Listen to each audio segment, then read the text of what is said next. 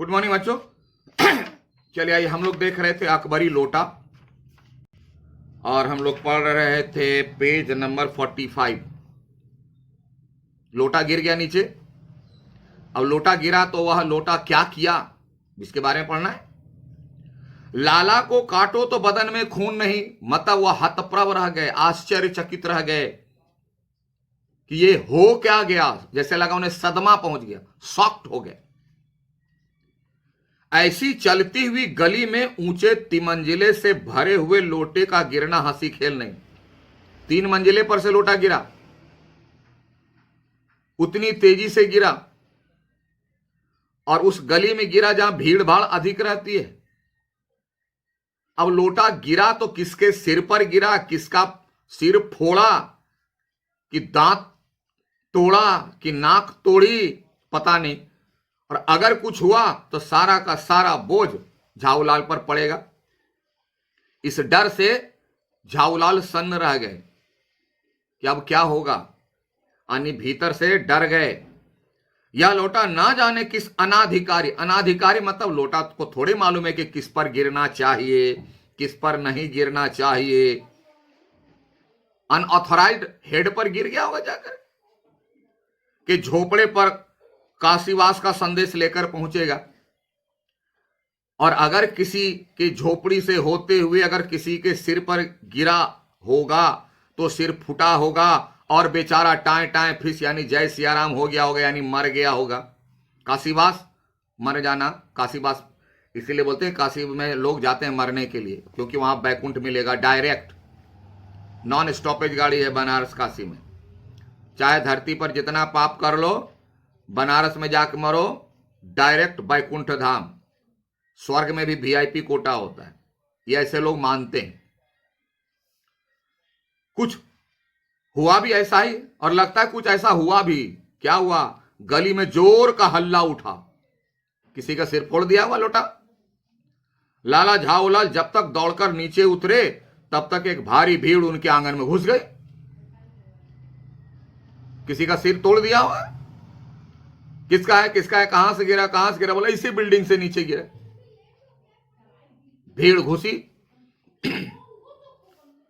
लाला झाऊलाल ने देखा कि इस भीड़ में प्रधान पात्र एक अंग्रेज है। बोला सबसे आगे एक ब्रिटिश था अंग्रेज, वो आगे आगे जा रहा था, पीछे उसकी भीड़ थी।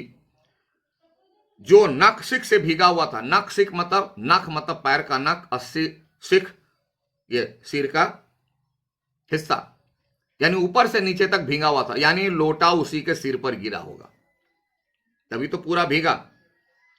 और जो अपने एक पैर को हाथ से सहलाता हुआ दूसरे पैर पर नाच रहा था। पिक्चर में, यानी जब एक पैर में चोट लगती तो बाप रे, एक पैर को सहलाते हुए एक पैर कैसे, और एक पैर में खड़ा रहा जा सकता, उछल रहे थे, जिससे साफ पता चला कि लोटा जो है इसी के सिर पर गिरा होगा, तभी तो नीचे से ऊपर तक पानी है और पैर को दूसरे हाथ से सहला रहा है, उछल रहा है। इसका मतलब पैर में चोट लगी है। सिर में भी लगी होगी। उसी के पास अपराधी लोटे को भी देखकर, और वह हाथ में लोटा, एक हाथ में लोटा लिए हुए था, बोला जरूर इसी को चोट लगी है। लाला झाऊलाल जी ने फौरन 2 और 2 जोड़कर स्थिति को समझ लिया। 2 और 2 जोड़कर मतलब लोटे का उसके पास होना, एक पैर पर उछलना, पैर को रगड़ना, पानी से भीगा होना, इन सारी परिस्थितियों को समझकर लाला झाऊलाल समझ गए कि इसी को चोट लगी है। गिरने के पूर्व लोटा एक दुकान के साइवान से टकराया। भीड़ वाले बताएं, साइवान कहते हैं दुकान में ऐसे कुछ छज्जा निकला रहता है, सेट टाइप का, कि कस्टमर यहां अगर खड़ा है तो उसको धूप वगैरह ना लगे, बारिश ना लगे, तो इस बारिश का पानी, तो ऐसी स्थिति को जो है वो इसी चीज को बोलते हैं साइवान। छज्जा निकाल के रख, मतलब पहले उस पर टकराया और वहां टकराकर उस दुकान पर खड़े उस अंग्रेज को उसने सांगोपांग स्नान कराया। सांगोपांग मतलब ऊपर से नीचे तक। लोटा उस पर गिरा तो पानी वहीं गिरा, और उस पानी यहां से चल करके ब्रिटिश यहां खड़ा था तो उसके सिर पर पानी गिरा, पानी पूरा भीग गया पानी से, और लोटा लुढ़कते हुए गिर के उसके पैर पर गिरा। जैसा कि जो लोग उनके पीछे थे बताया। और वहां आकर उस दुकान पर खड़े उस अंग्रेज को सांगोपांग स्नान करवा और फिर उसी के बूट पर आ गिरा। बूट पहना हुआ था, उस पर आ गिरा। उस अंग्रेज को जब मालूम हुआ कि लाला झाऊलाल ही उस लोटे के मालिक हैं, पता चला किस बिल्डिंग से गिरा, बोला इस बिल्डिंग से। इस बिल्डिंग का मालिक कौन है? तो झाऊलाल का ही लोटा है, वही फेंक के मारा होगा। तब उसने केवल एक काम किया, उसने मुंह को खोलकर खुला छोड़ दिया। मतलब कि जो अनाप शनाप बकना था इंग्लिश में, वो बकते ही चला जा रहा है। मुंह को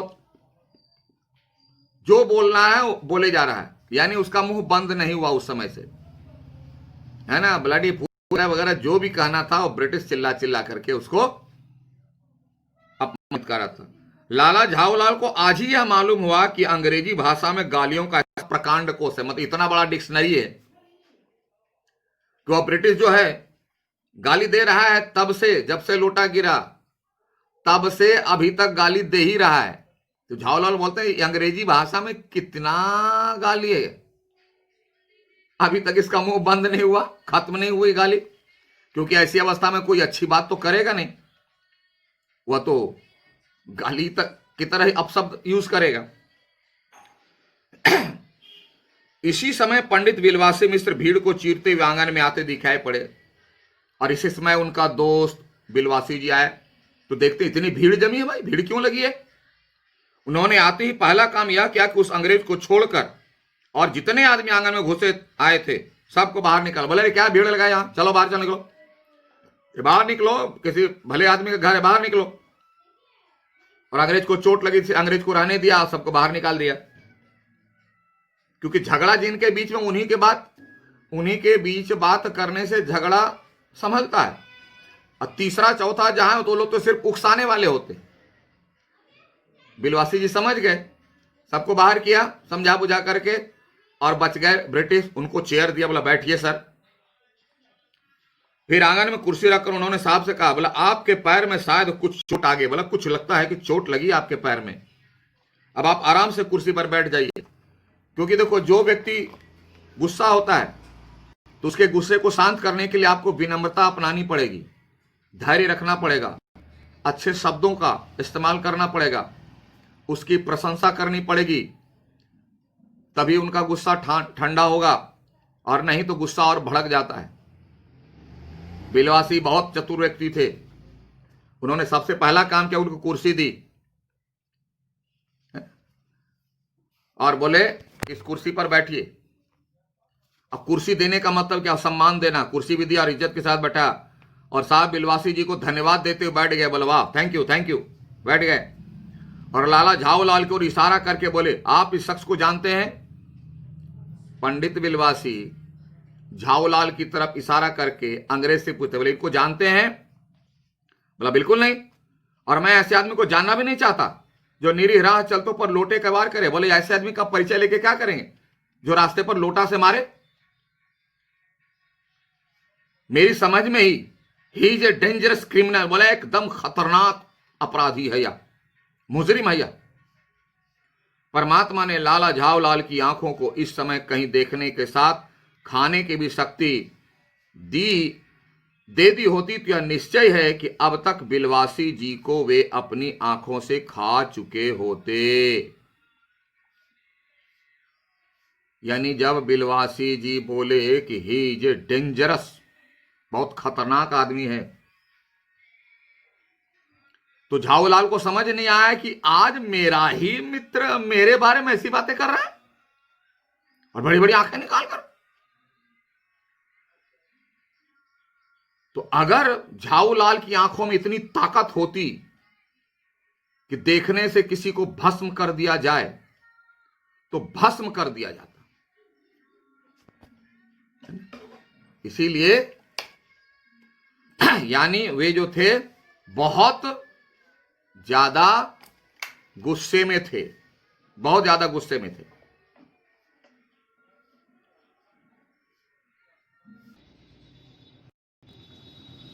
कि अगर उन्हें लगता कि अगर आंखों में ताकत होती तो आंखों से ही बिलवासी जी को झाऊलाल खा जाते, कच्चा चबा जाते, नहीं बोलते हैं, कच्चा चबा जाते, इतना गुस्सा हो रहा था।